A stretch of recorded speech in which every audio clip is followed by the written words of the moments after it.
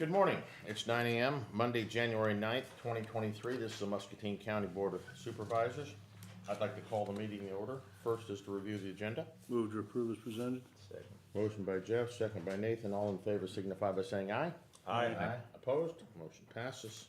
Next is discussion and possible action to approve claims dated January 9, 2023 in the amount of $378,044.70. Move to approve.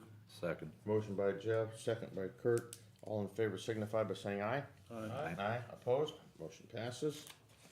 Next is discussion and possible action to approve stamped warrants dated January 9, 2023 in the amount of $87,973.35. I'll move the approval. Second. I got a motion by Jeff, second by Nathan. All in favor signify by saying aye. Aye. Opposed? Just a quick question on Jim. Do you know how, if that project is complete or how close they're getting? I sent him a email and text, asked him the status, and I've not heard back from Rod yet. Okay, thank you. As soon as I do, I'll let you know. Yep, thank you. And when I saw these, were in the packet Friday, I knew we needed an update. Yeah. Okay. Next, a public hearing on a request from the Community Foundation of Greater Muscatine for a $26,400 unbudgeted expenditure to provide ongoing funding for a community grant writer position. We are in a public hearing. Good morning. Good morning. Morning. My name is Megan, and I'm the community grant writer. I'm going to provide a brief update of what I've worked on since I last visited in early October, and then Charla will present the agreements that were brought to the county to continue this position in the coming fiscal year. Okay, so this collaborative role has continued to successfully leverage and grow community partnerships, which I'm eager to showcase. As a brief refresher, this position is guided by 4 key priority areas that were identified by collaborating with the county, city, and community foundation and agreeing on how we can best pursue funding opportunities collaboratively. These are housing, economic development, healthcare, and educational workforce training. The grants I work on are scored by identified representatives from the city, county, and community foundation on a variety of metrics, including dollar amount, match requirement, percent of project cost, and perceived impact level. After my last visit, I submitted quite a few grants, so I'm just going to go through a brief overview of what was turned in. So first, I submitted a grant application to the Iowa Finance Authority in support of the neighborhood revitalization effort for funds to 3D print 6 homes for first-time home buyers. I'm happy to report that this grant was awarded for $1.8 million, and printing will begin in 2023. The grant funds will be revolved further into home development after those homes are sold, so these funds will stay right here in Muscatine County. I also wrapped up a pre-application for the Older Adult Home Modification Grant Program to the Department of Housing and Urban Development. This application was a partnership between the City of Muscatine, Senior Resources, and Rock Valley Physical Therapy, and our program was selected to submit a full application, which is due early next month. This grant request is just over $1 million and would serve low-income older adults countywide. I also submitted a $1.5 million letter of intent to a private foundation for aspects of the Mulberry Neighborhood Revitalization Project, and we're expecting to submit a full application later this month for that. I assisted in the Community Development Block Grant to the IEDA for aspects of the Mulberry Revitalization Project. I wrote and submitted multiple grants for the Indoor Sports Dome project, including a grant to Carver Trust, the IEDA Destination Iowa grant, and I'll soon submit a CAC grant to the IEDA at the end of this week. Those grants total $2.6 million in requests. Lastly, I wrote and submitted a grant to the Federal Communications Commission for funding to conduct outreach activities and events to raise awareness for a federal program that provides internet stipends to low-income individuals that will be used across Muscatine County. This grant request is just under $85,000.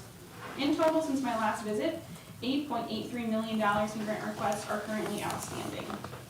One additional Grant Writers Network meeting was held, which connects grant writers across Muscatine County to encourage collaboration and provides a space for grant writers to connect and get some professional development. These meetings are held quarterly. This position has continued to inspire big thinking upstream to address community issues, and has sparked multifaceted collaboration. We are already seeing our internal process to review grant opportunities become quicker and to create applications more streamlined. These incremental improvements allow us to leverage the projects awarded even more to become attractive as we continue to apply for grants. Thank you for your time today and your support of this position. Charlotte will present those proposed agreements, and then we're both happy to answer any questions that you might have. Very good.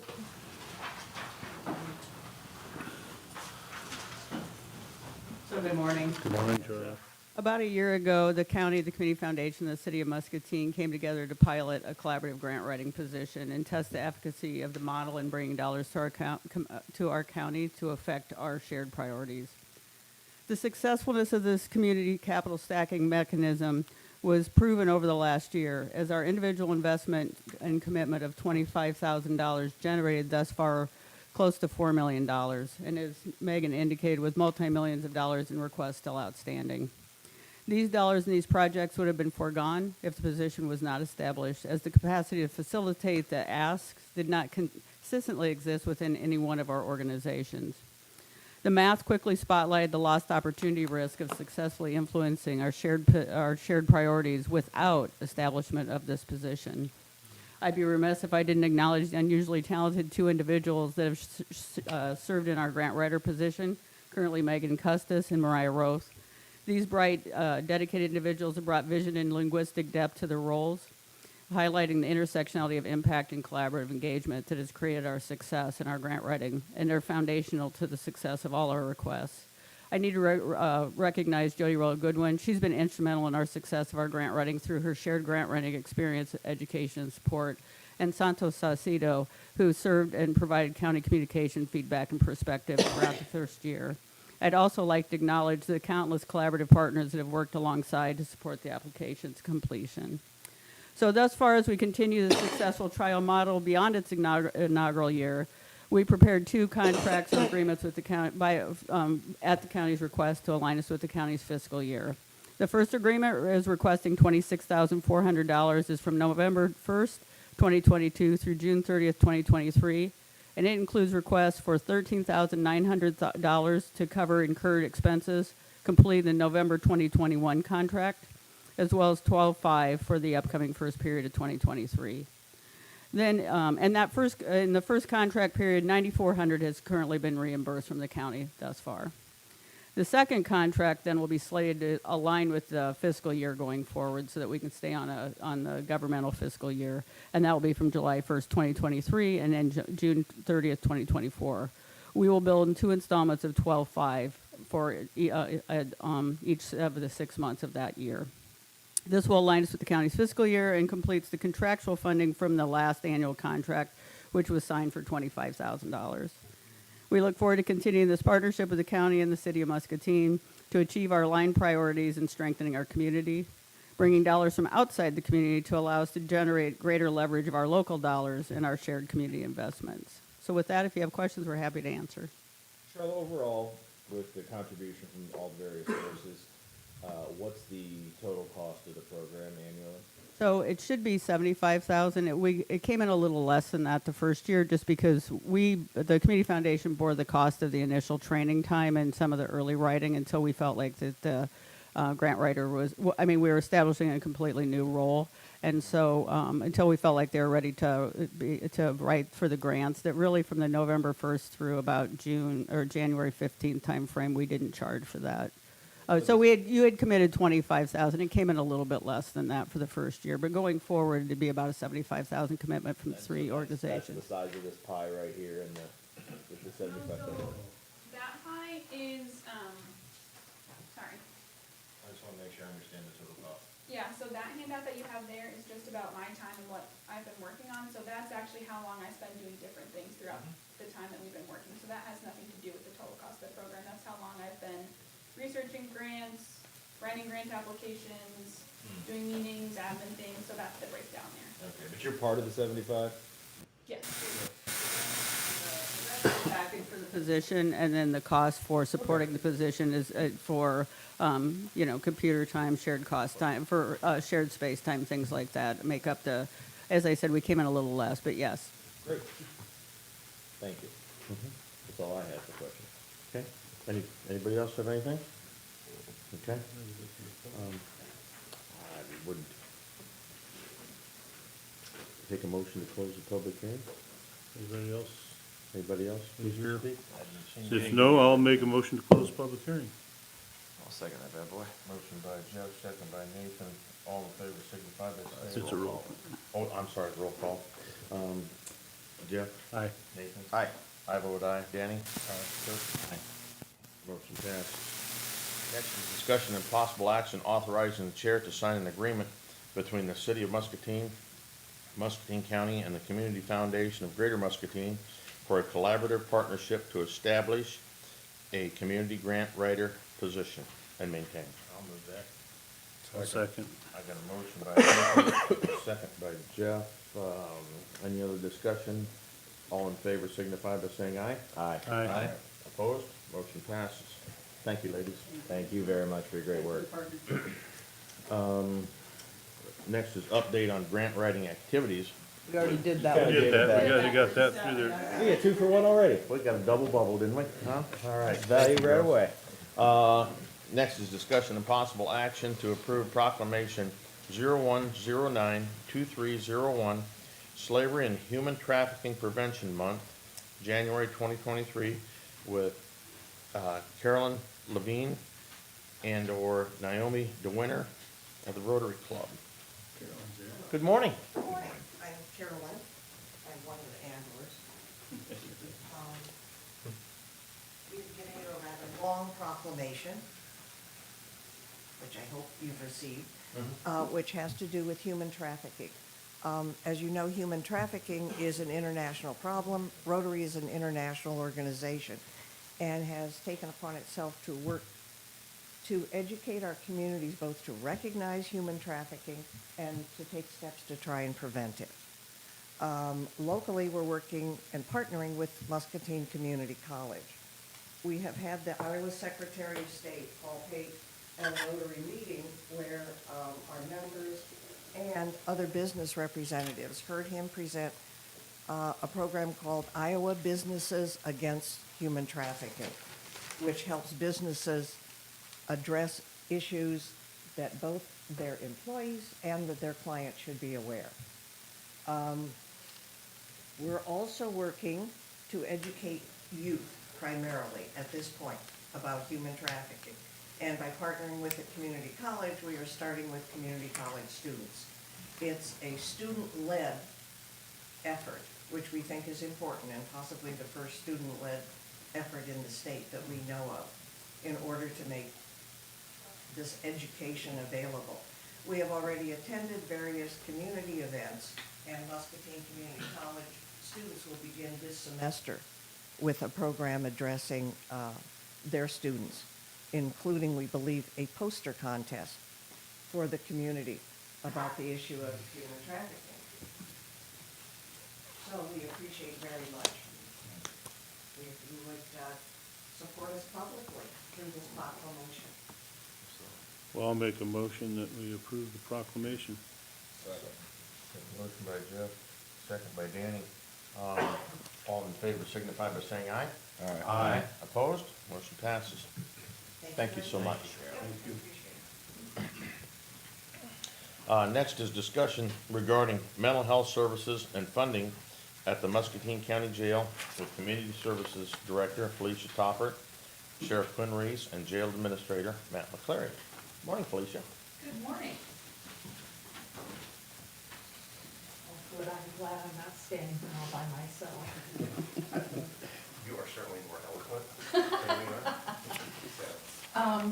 As you know, Fund 10 was eliminated by the state legislature in terms of using county tax dollars to fund mental health, which has been the case for years. And now there is state funding for that effort. As part of that state funding, there are also outcomes that each mental health region is expected to achieve. And one of those is to cut down on the number of mentally ill folks going into the jails. And as part of that process, these two guys and I collaborated to get some funding into the jail to start to address that circular motion of a person getting arrested, going to jail, coming out being homeless, and then so on and so forth, that big circular thing.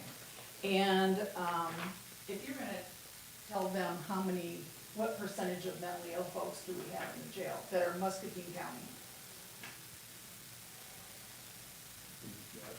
Yeah, I can tell you about 40% of the population is on mental health road that help them deal with that. and 40% of the total population, Well, county population. county? county population.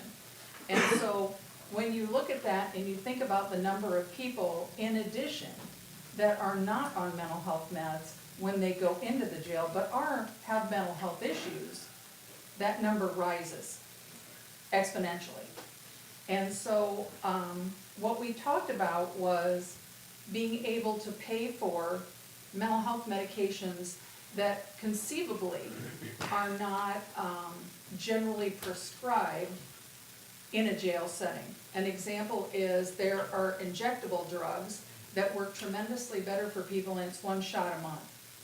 And so it allows for folks to take their medication once a month and then go about their business, which is tremendously better than trying to give them pills 3 times a day and then expect them to take pills 3 times a day out in the community, when in point of fact, they don't always have access to.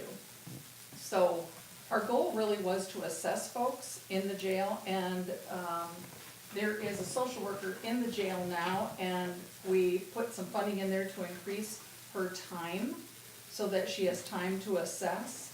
And then ACH is the contracted medical provider, and we're going to pay for those medications. We're going to pay for Jen's time, the social worker, and also increase the amount of prescribed time that's available in the jail. Because in the past, ACH has kind of relegated in almost virtually every jail in the state to primarily medical. Is that fair to say? And so what we're doing is bringing them up into the mental health area as well, so that we can potentially stop this constant revolution of folks coming in and out of the jail because they have mental health issues and they do a 3rd-degree theft, and because they're unmedicated and they're untreated. How does the diagnosing entity come into contact with the inmates in the jail? That's gonna be a telehealth sort of process, because very frankly, anybody in the United States would have a hell of a time trying to find a psychiatrist anywhere, Yeah, let alone one sent into a jail. let alone one to send into jail. And Jen is perfectly capable of doing a mental health assessment to determine whether or not a prescriber needs to be engaged. So she works for ACH, so she can help engage those providers that can deal with medications. So this, I'm trying to get a picture of this.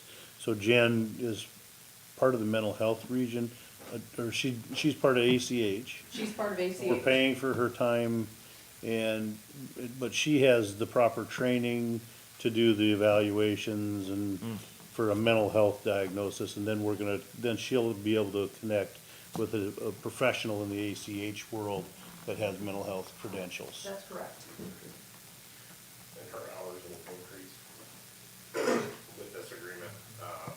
Her hours will go up to 35 a month, or 35 a week. 35 hours a week. Right now, she's doing 20 hours a week. Nathan, 10. the logistics behind your question is inmate comes into the population, he goes through a classification process, within 14 days, he goes through an assessment process. Okay.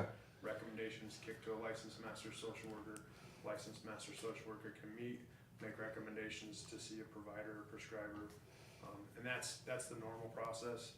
If there's a mental health crisis prior to that, then that can be expedited. Wonderful. That's generally how that works. Thank you. And on top of that, the region is also contracted with Robert Young to also provide a jail-based coordinator.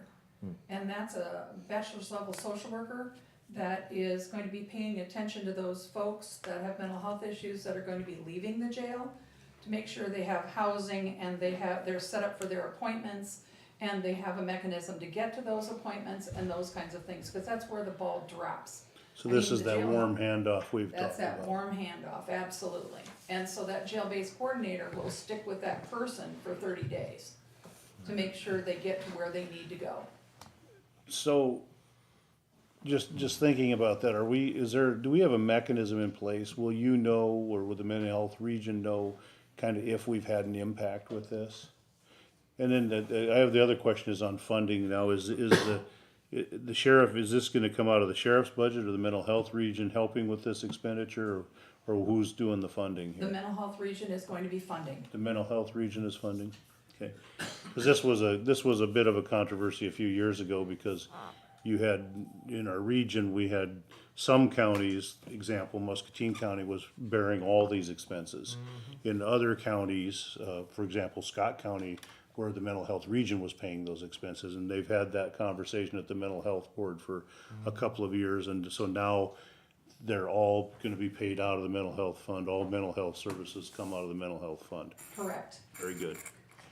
Are the outcomes looking at both total numbers of individuals with mental health issues coming into and out of the jail, but is it also accounting for kind of your stickier, thornier issues that would create frequent flyers? Well, it's going to deal with everybody who goes into the jail Sure. that has a mental health issue, regardless of how large or, small it might be. Because we don't know when they walk into the jail, and I think these guys can attest to that. We don't know when they walk into the jail, they may still have some medication in their system, but 30 days later, they have no medication in Yeah. their system, and there they go. And if we can get people in the front end and get them mental health help when that problem isn't so acute, that's the best way to go about it. We can keep people out of jail that way. And yes, the regional management team is looking at the next level of outcome measurement. We've been counting bodies and things for a period of time, and it's time for us to move up to that next level, and we're having that discussion about how do we catch and how do we count the number of mentally ill folks that are going into jail. And I would say these guys would tell you that we have probably 20 folks that are constant circular, and I think we could bring that down, that'd be great. If we move some of this to a shot every 30 days, they're out of jail now, how do we monitor, make sure that they're getting the shot and they're not ending back up in jail anyway? Well, and that's the point of the jail-based coordinator, is to make sure that they have that appointment. And then the next thing we do is that jail-based coordinator will get that person hooked up to IHH. So that IHH case manager coordinator can follow them long-term and make sure they get to those appointments and address any barriers that there are to being able to get to those appointments. Now, that being said, in the state of Iowa, you can't force anybody to take medication, period.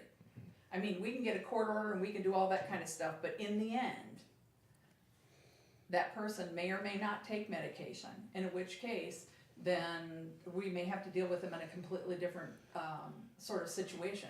We may need a higher level of care for that person to get them stabilized on some type of medication and help them get into a regimen of taking that. So Felicia, maybe you could talk a little bit about IHH and kind of what's going on there, kind of throughout the communities in the region.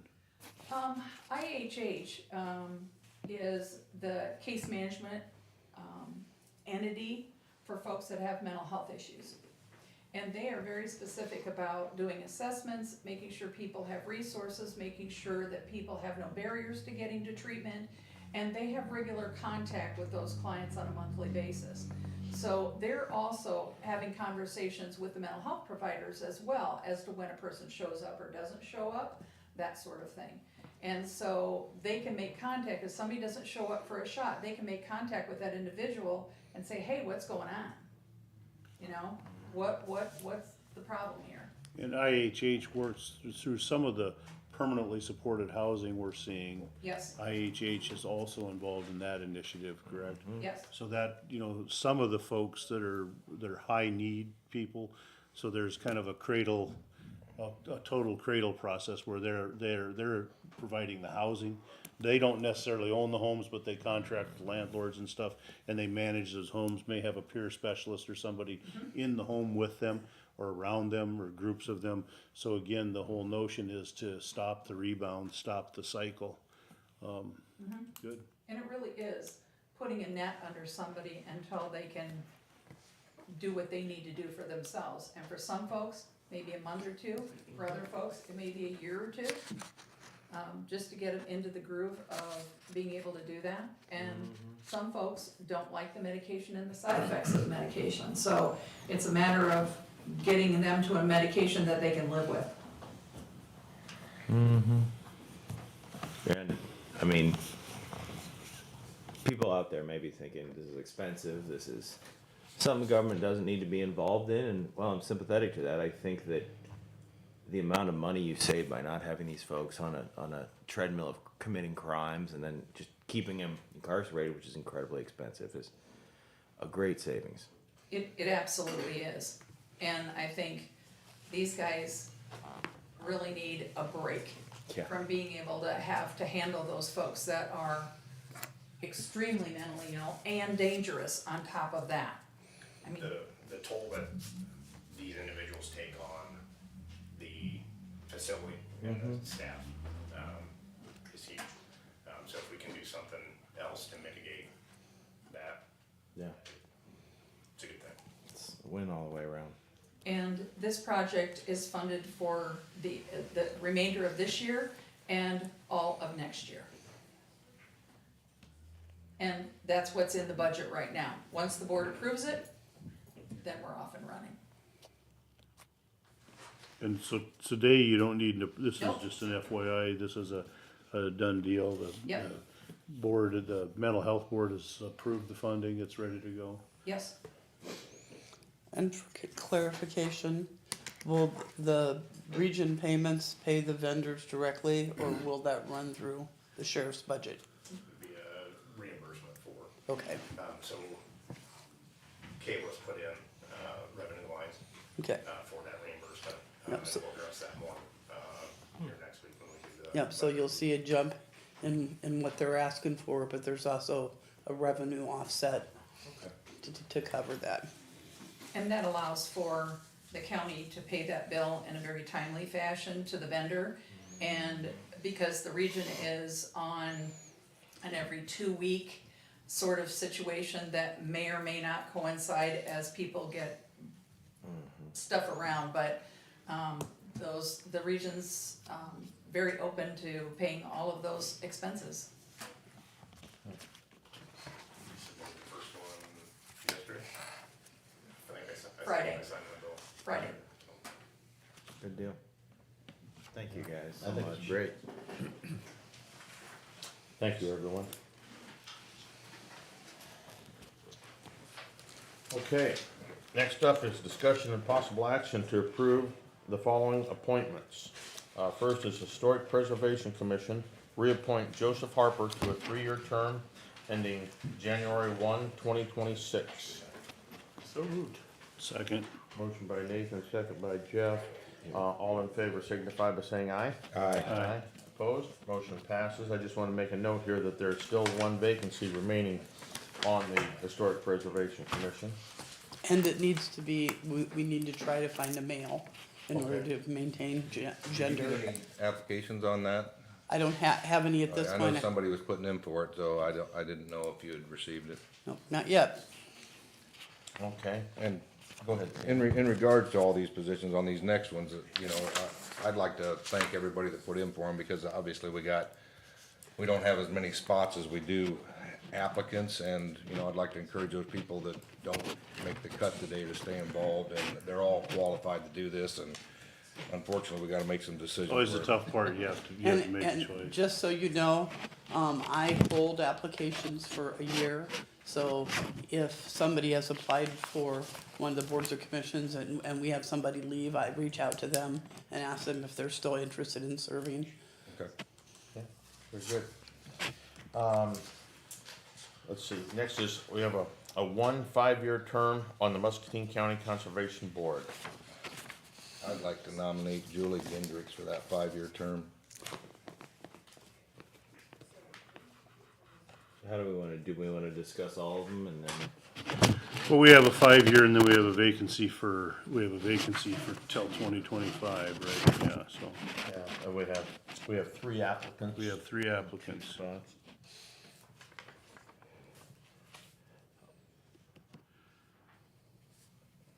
I would second, Julie.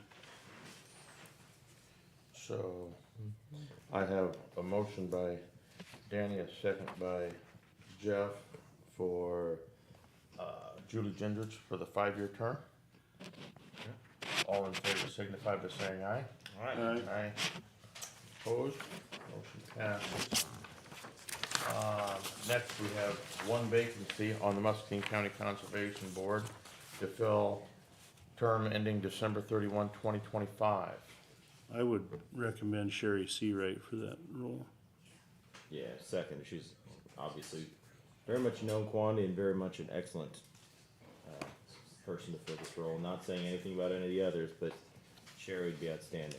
Well, the Conservation Board is about to engage in a couple of major financial commitments with the park expansions we've got planned, and Sherry's expertise in areas of grant funding and stuff will be a great resource for that board in the next couple of years, I think, so. I think she'd be a good candidate. So I've got a motion by Jeff, a second by Nathan. All in favor signify by saying aye. Aye. Aye. Opposed? Motion passes. And I have one vacancy on the Muscatine County Veterans Affairs Commission for a term ending June 30th, 2025. I can't remember, we had 3 individuals, Yeah, there's 3 in for, looks, I think, 1 spot there. and there, I believe it was Justin Johnson? Justin Johnson? Yep. I would make a motion to appoint Justin. I second. Motion by Jeff, second by Kurt. All in favor signify by saying aye. Aye. Aye. Opposed? Motion passes. And again, Justin as Johnson. Danny said, I thank everybody for their Absolutely. application, and Absolutely. hopefully they'll keep on the list, and if we have other opportunities for them to serve, we'd love to have them. It's a good problem to have too many folks interested. Okay, next is discussion and possible action to accept following reports. First is County Recorder's Report of fees collected for the quarter ending December 31, 2022 on the amount of $66,638.53. Move to approve. Second. I've got a motion by Jeff, second by Nathan. All in favor signify by saying aye. Aye. Aye. Opposed? Motion passes. Next, Muscatine County Sheriff's Office. Civil Department's report of fees collected for the quarter ending December 31, 2022. 22. Yeah, should be. Right? It should be 22, yep. Yep, 2022, in the amount of $30,215.44. I'll move the approval. Second. Motion by Jeff, second by Danny. All in favor signify by saying aye. Aye. Aye. Opposed? Motion passes. Next, County Auditor's Report of fees collected for the quarter ending December 31, 2022, in the amount of $187.50. Move the approval. Second. Motion by Jeff, second by, who had that, Kurt? Okay. All in favor signify by saying aye. Aye. Aye. Opposed? Motion passes. Discussion and possible action to approve the minutes of the January 3rd, 2023 regular meeting. I'll move the approval. Second. Motion by Jeff, second by Nathan. All in favor signify by saying aye. Aye. Aye. Opposed? Motion passes. Next is correspondence. Jeff, did you have anything? Just a couple of things. One, I got an email forwarded to me from Councilmember Brockert from Terry Martin concerning overweight loads and the new law that's gone into effect, and I think I shared that with the board. And I think, Danny, maybe you talked a little bit with Terry, maybe have some more information.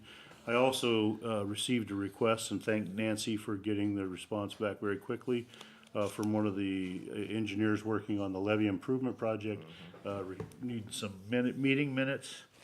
And then I participated in a couple of conference calls last week as it pertains to these 3D housing initiatives that are happening, one in Muscatine, and then Kurt and I were on one for some work, I think discussions with the developer I would in West Liberty, and about what they may be contemplating, and opportunities, so lots of activity going on right now, and that was it.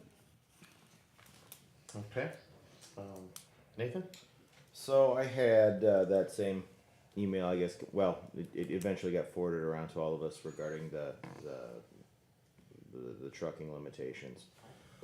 Also had a couple more pieces of correspondence with folks regarding 245th Street, Edgewater Road, and what we're planning there.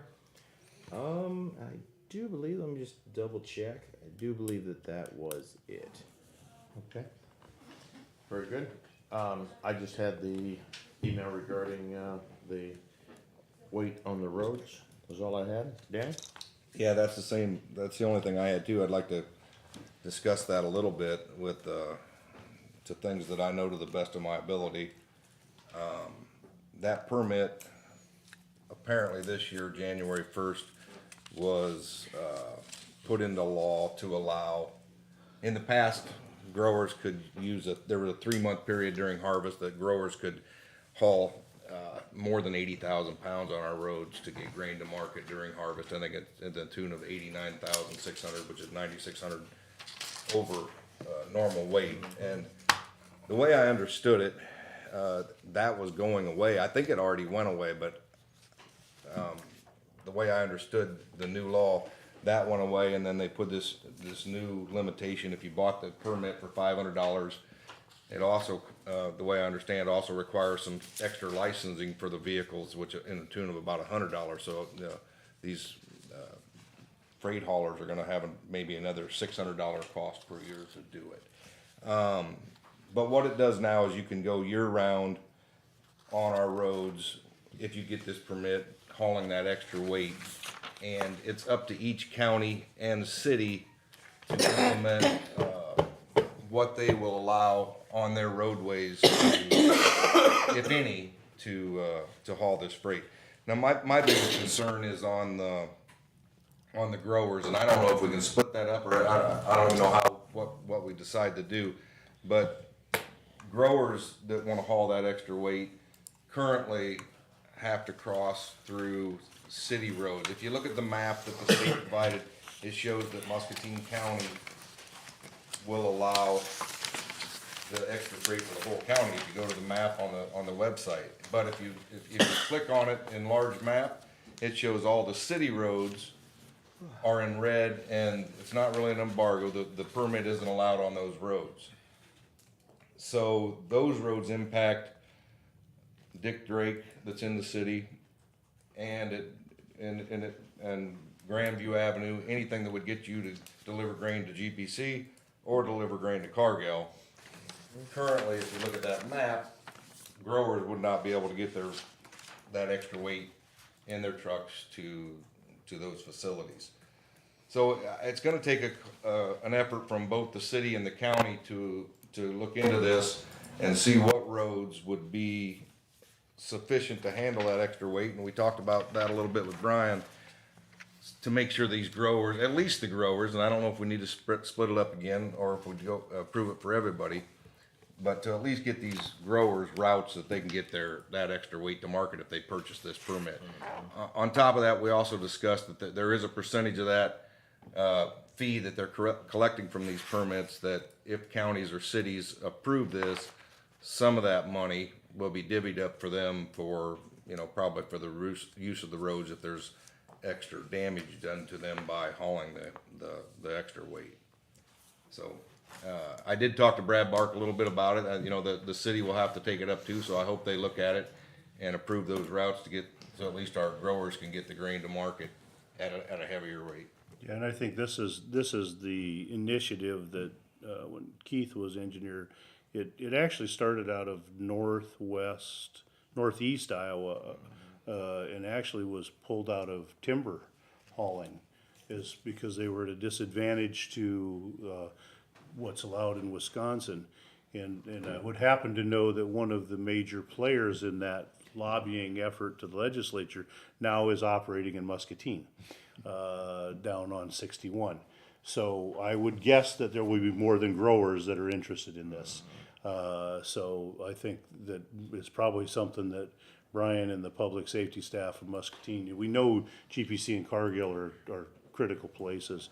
And then I think there's questions whether the emergency proclamation, annual emergency proclamation language is gonna go away or has gone away or not. So maybe Brian can get, as he learns more about this, he can keep the board apprised. And I think we're gonna have to keep working with the city of Muscatine too to figure out what's the right route. Cause I don't know if Stewart Road would be, or, you know, I don't know what the major, you know, I definitely know, you know, 61 and Drake Way, and even a little bit up of Grandview are pretty heavily used grain hauling roads. So in talking to Brad, I don't know if that started the process for the city. I mean, I had a couple conversations with him yesterday, or if we gotta do something. So I don't know, it doesn't sound like Brad or the city council's up to speed on this, so I don't know if we gotta make an have official conversation with them to look into this, and so they can maybe start the process also. Nasty. Yeah, please, Brian. I don't want to go too far in depth with this, but one thing I do want to caution is that the DOT maps are very dated and they are not correct. So I just want to warn anyone looking into these permits that, I mean, you know, we're shown there's 2 all system permits. One's always been around. It's for oversized. That's the one that is the easiest to find on the DOT's website. You know, we're shown as not restricted.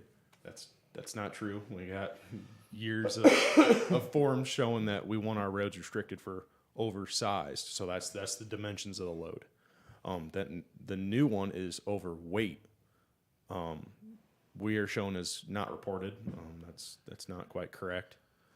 So I just want to caution anyone looking at these maps that they're very dated, and why they're not getting updated quicker, I don't know. I've reached out to the DOT and I haven't really gotten any answers back yet. So I think probably for anybody contemplating them, the best would be to reach out to the county engineer and the city public works director. You know, and I suspect you and Brian probably will have conversations about this as well. And to what Jeff spoke about earlier with the log haulers, you know, one of the biggest concerns there was, you know, this is any day, any time. Well, you know, there's good times to go down the roads as far as weather conditions, and then there isn't. So right now, I think our roads are holding up pretty well. But give it a month, and you know, you might not want extra weight going down our roads. Well, our grain haulers have always been very respective of the loads. They typically go out early morning when the frost's still in, and they understand what happens to gravel roads with heavy loads, and Yes. and they have to live on them. So we've had good success, and I hope that continues. So we'll figure it out. Okay. So are you gonna reach out to Brian Steinman and see if he's planning to take anything to council? Good. Okay. Thanks. That'll be good. Any other correspondence, Danny? That's all I have. That's all I had. Kurt? I had the same ones on the DOT and also the 3D. Also did have a person from the Durant area call and compliment us on cleaning up the ditches south of Durant near the cemetery. Thought it was very, very nice. So pass that along to Brian and his crew. Very good. Okay. Very good. Next is committee reports. Jeff, do you have anything? Nothing to report? Nathan? We were gonna have the Muscatine Community Health Association meeting, on Wednesday the 4th, however, we are rescheduling it for later this month due to a personal loss of one of the officers, family loss, so, I believe that was it. Okay. I had none. Danny? Anything on I did not. committees? Kurt? No? Okay, very good. Next is items with the administration office. Action on Board of Supervisors appointments to boards and commissions for 2023. We reviewed that last week. Is there any other discussion on the new appointments from anyone? Well, I see the Grant Collaborative, I think that's one Santos was on, we've got a question mark there, I'd be interested in that one. Yeah. Thought we had you on that or whatever. And then, I understand from Nancy, we don't have two, we have one appointment to the Housing Council? That was my understanding, but, you know, I think if we want more than that, I'm sure we could. I think if anybody that's interested in working on those initiatives, they're always happy to have help, I think. So who do we have slated for the housing currently? I just have a question mark there, cause the conversation last week was, I think there was a couple board members who had an interest. There was some discussion about leaving Santos on there as a county rep. Yeah, and, you know, like I've mentioned before, I appreciate that the Santos's work in the past and him being on these committees, but I prefer that it be a board member, so I mean, I'm okay with moving to that, housing committee. That's fine with me. I'd like to kind of be secondarily on there. I'd like to be participant in it, but if we can only have one, then that's fine with me if Danny wants to do it. Well, we'll tell them, I'll send them a thing and tell them there's two, and if they don't want to, they'll let me know that, and then we'll sort it out. Okay, that'd be great. Yeah, I think, well, I think don't mind that, you being on it. so Nathan, the I grant, I am on writing, several. for sure. Is one. And then you're gonna put two, okay, that's good by me. Okay. And then otherwise, are we good? And I'll warn you, with the housing council, it'll be a little bit like jumping on a bus at going 60 miles an hour. Right, Kurt? Yeah. There was a movie about that with like Keanu Reeves once, right? I don't know. It ended well, I think. All right. Were there any others that we had? That was pretty much it, right? That was the only ones that there was a question about. I'd move approval then as presented and tweaked today. As amended. We can say And that. I'll second that. Okay, got a motion by Nathan, second by Jeff. All in favor signify by saying aye. Aye. Opposed? Motion passes. Next is discussion and possible action to approve resolution 0109-2301, appointing Muscatine County representatives to the Muscatine County Joint Communications Commission, MCJCC.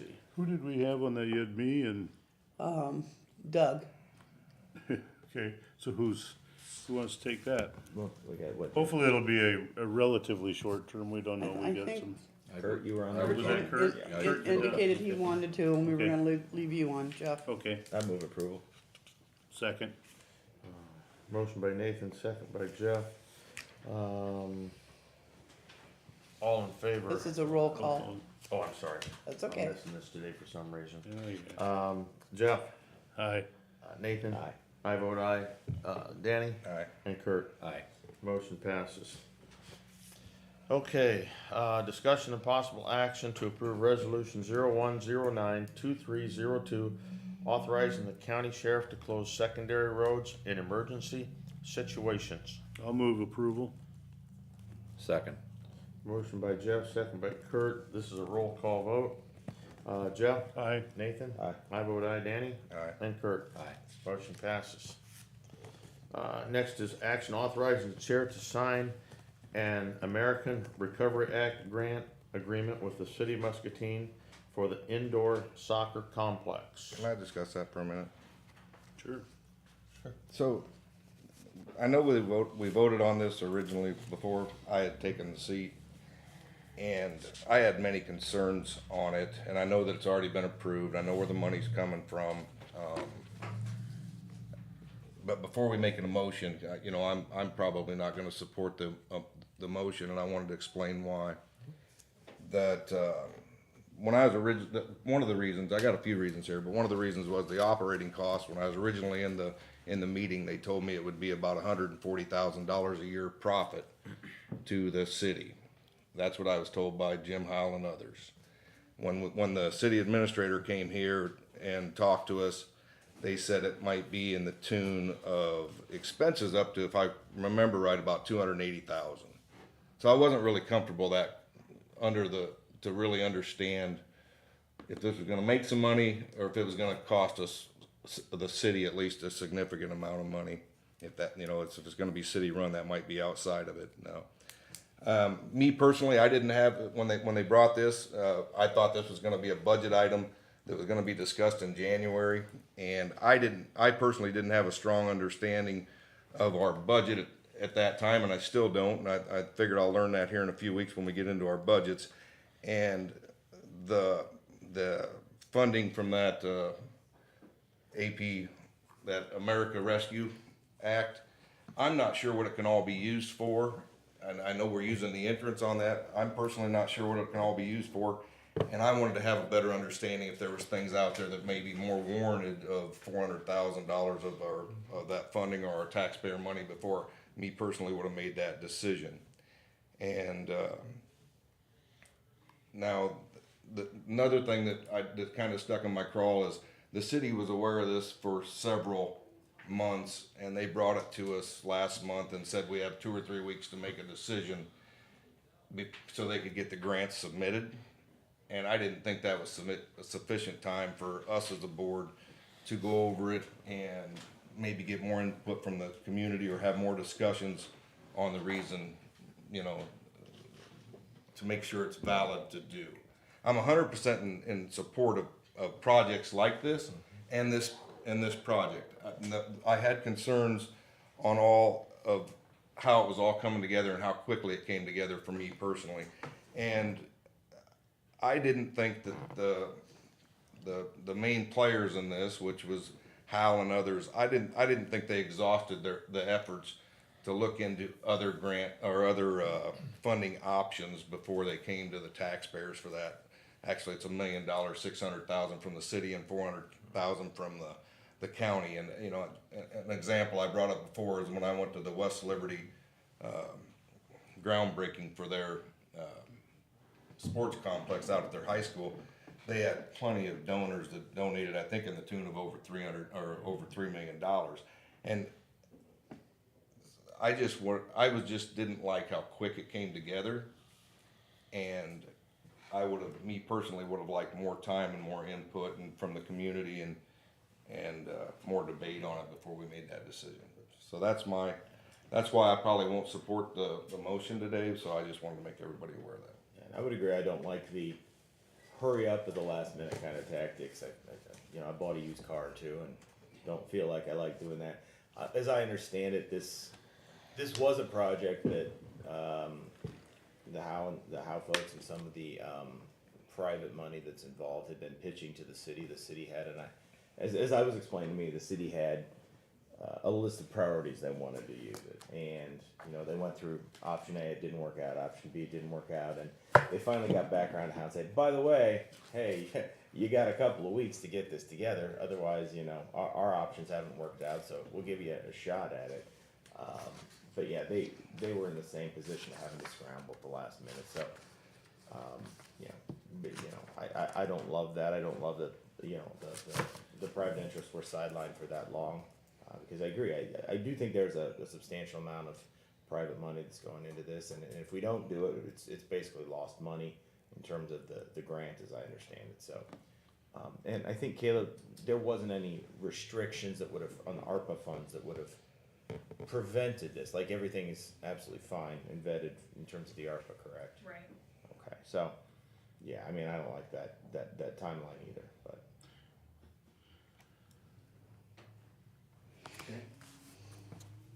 All right, so I'll make a motion, we approve it. I'll second. Motion by Jeff, second by Nathan. All in favor signify by saying aye. Aye. Opposed? Opposed. 4-1, motion passes. Anything other, Nancy? I did not have anything else, other than a reminder that we'll start budgets next week. Oh boy. Monday morning. Yeah. Okay. Receive information from county employees. Do I have any county employees that wish to address the board? Morning, Eric. Morning. Just real quick, I wanted to pass on a request from the Lower Cedar River Watershed Management Authority. They would like to come down and do a quick presentation on the implementation of the watershed management plan that is now fully adopted. We had an open house, what was it, back in November. Danny was able to attend. I was there. And Jeff, I believe, came up. Where we kind of did a quick run through for anybody interested in the public, but out of recognition of the generous ARPA money that was allocated for Muscatine County, they wanted to come personally, do a quick delivery of the how the plan is going to be implemented now that we have our coordinator hired and our field staff contracted that'll be actually doing the groundwork and administrative work and moving forward. So They just reached out to me late last week that they're aware that budget time is here, so I'm thinking if it's okay with you guys, we'll look at a date in February, it would probably be best. I'm telling them keep it to 15, 20 minutes, but they would very much like to come down and personally, meet you folks and give you an idea how the plan's gonna be rolled out. And who would do that presentation? That'd probably be, Emery and Jen Fensel. Emery and Jen? Yeah. Yeah, and Jen is a good resource. She's been around these watershed management plans, and she'd be a good one to ask other questions of as well. So Jen is with Eastern Iowa Central Council of Governments, ECCOG. They will be handling the administrative function of the watershed management, putting the board meetings together, doing the grant writing. Emery is with Heartland Co-op. They will actually be our on-site landowner contacts, putting together technical projects in the field, giving Jen the data she needs to write grants for specific projects in the watershed management. So we kind of split the duties between two agencies as opposed to hiring a 40-hour-a-week contractor. So we felt that was the best way to do this, at least for now. So those will be the two. Okay, thanks, Eric. I'll get with Nancy, we'll figure something out for February, maybe mid-February. Thank you. Do I have any other county employees that wish to address the board at this time? Seeing none. Receive comments from the public. Do I have anyone from the public that would like to address the board at this time on any issue? Seeing no one step forward, it is 9:56 and we are adjourned. Thank you, everyone.